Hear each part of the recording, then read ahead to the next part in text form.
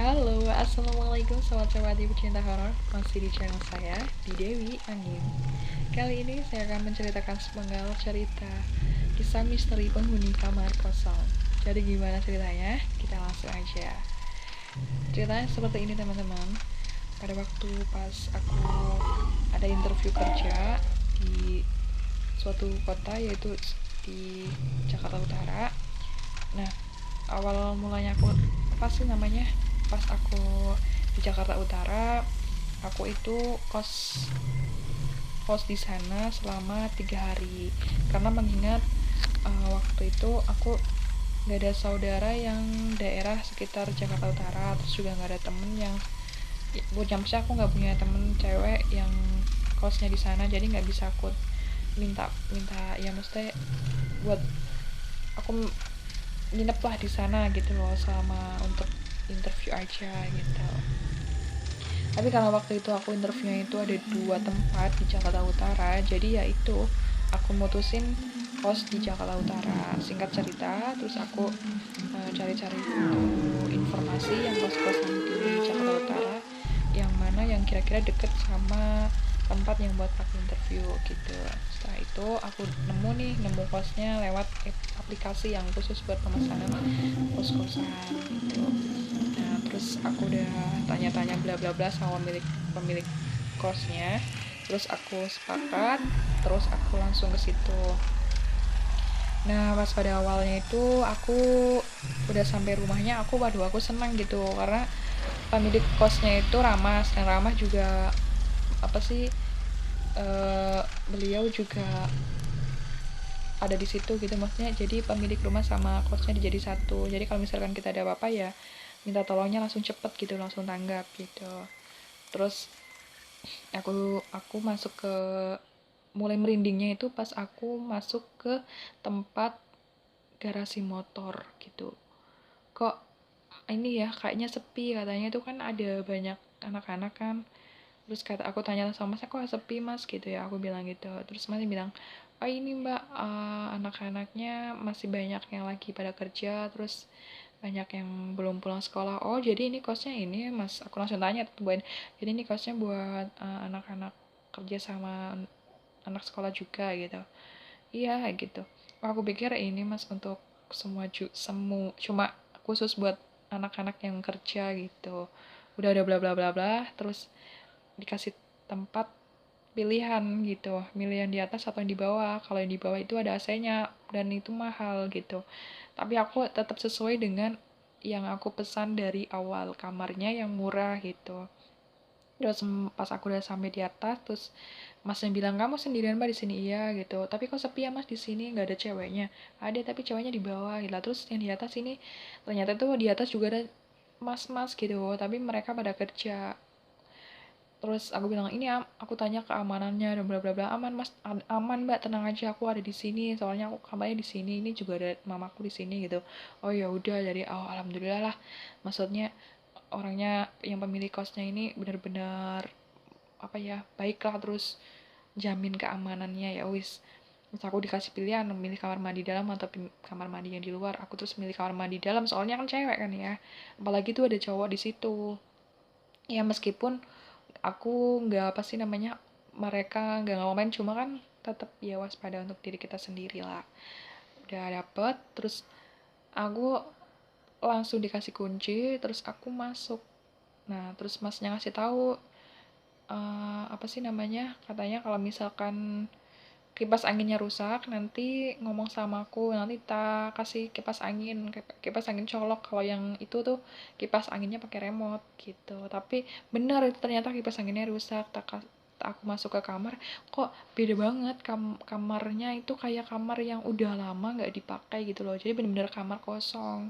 Terus kok kamar mandinya ini kotor banget gitu ya, maaf maaf nih gitu, kayak nggak pernah dirawat, padahal ini kan yang katanya penghuni kosnya itu banyak. Masa iya sih nggak sempet-sempetnya itu bersihin, karena kan misalkan apa sih namanya, itu kosnya ibaratnya banyak pengunjung, bukan banyak pengunjung, banyak penghuninya, otomatis kan semua kamar-kamarnya benar-benar dirawat walaupun itu kosong gitu loh.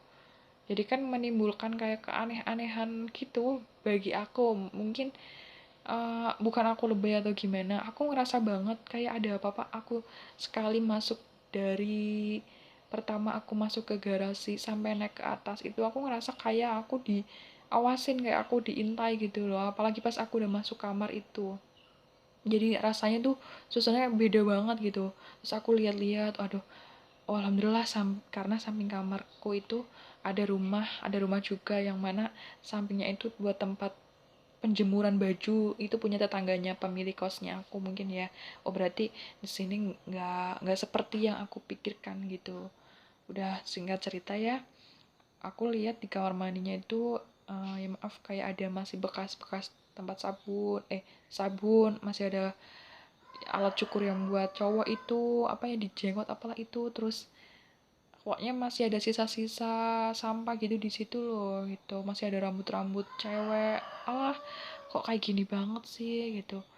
Aku di situ langsung down-downnya gimana, katanya ini fasilitasnya oke, terus kebersihannya juga oke, tapi ternyata pas aku maksudnya aku udah sampai di tempat, udah fix aku di situ, taunya kamarnya ini nggak sesuai apa yang dari awal gitu loh. Udah gitu tuh, ya namanya juga aku cuma kos selama 3 hari lah ya, jadi apa kadarnya, nggak ada selimut, nggak ada apa sih namanya, nggak dikasih spray, cuma ada satu bantal aja, itu pun udah gitu banyak debu meja-mejanya gitu. Maksudnya aku tuh, ya ini sih untuk siapapun yang punya kos ya, maksudnya wajib lah bagian bagi anda yang punya bisnis kontrak atau kos-kosan, harusnya ya lebih menjaga bener-bener merawat gitu. Walaupun misalkan sepi apa namanya, sepi penghuni kos gitu loh, tetaplah nomor satu itu tetap harus kita jaga gitu loh, jaga kebersihan, bener-bener dirawat gitu. Jangan sampai kayak kamar-kamar kos yang pernah aku tempatin itu. Nah, aku terus malam satu satu harinya itu, pas pertama malam aku di situ, tidur di situ, aku masih oke oke aja. Tapi pas udah masuk ke tengah malam, aku ngerasa itu, aduh, pengap banget, panas banget. Udah gitu nggak ada ventilasinya coba, dan nggak ada kipas angin. Bayangkan aku cuma kipas angin pakai kertas. Aku masih bisa kasih toleransi lah sama masnya, karena waktu pas aku WA sama masnya masih di kampus. Terus esok harinya, hari kedua, aku terus ngomong sama masnya, aku komplain minta dikasih kipas angin. Nah, terus masnya bilang kipas anginnya masih dibenerin lah, bla bla bla bla. Terus sorenya, masnya ngasih kipas anginnya ke atas. Terus mulai detik itu tuh, sore hari aku setelah selesai interview itu, aku tuh sempat tiduran, belum belum apa apa, aku capek banget. Waktu itu aku benar-benar capek. Terus aku nyalain kipas anginnya, itu masih normal ya, masih di batas normal.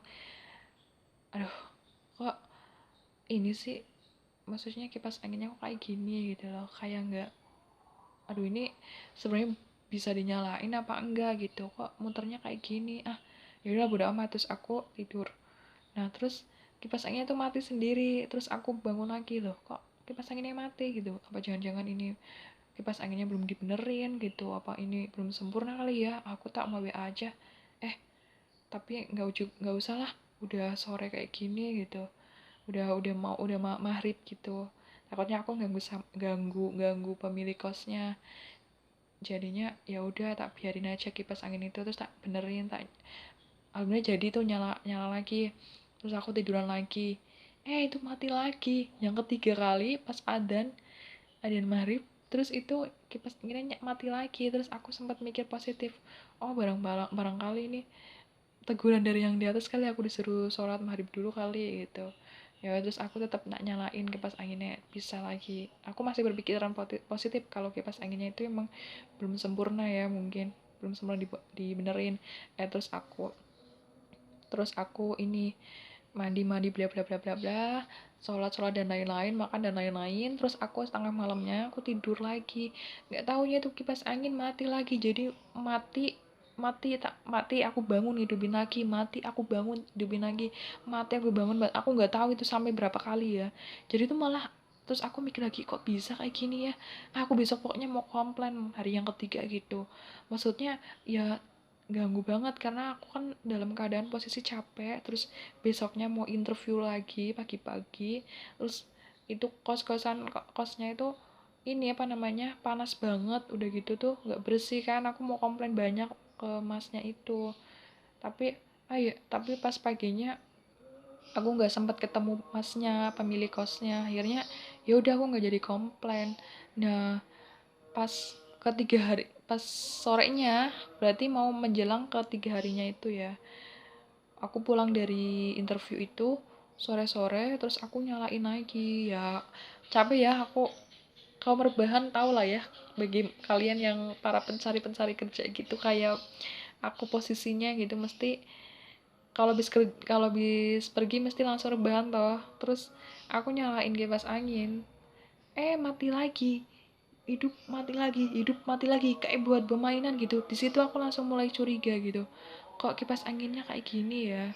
Aku terus langsung akhirnya aku WA sama masnya, mas kok ini kipas anginnya ini ya rusak, bla bla bla. Aku bilang gitu, bilang katanya enggak kok mbak itu udah benar gitu, coba dinyalain gini gini. Ya udah aku ikutin petunjuknya, alhamdulillahnya itu nyala. Pas udah nyala langsung mati lampu tek gitu loh. Aduh, ini kenapa lagi? Terus aku langsung panik kan, langsung keluar. Oh, ternyata tokennya habis gitu. Tak cek habis beneran. Terus aku telepon sama masnya, mas ini gimana, tokennya habis gitu. Kata mas mau ini ngisiin. Oh ya udah mbak, tak isiin, bla bla bla bla. Udah diisiin. Terus aku masuk lagi. Tapi di situ aku udah mulai ngerasa kalau pas dari hari pertama aku kayak rasa diawasin, diintai. Aku kerasa banget tuh loh pas aku ngelihat, kan ada jendela yang berdampingan sama tempat penjemuran di tetangganya pemilik kos itu.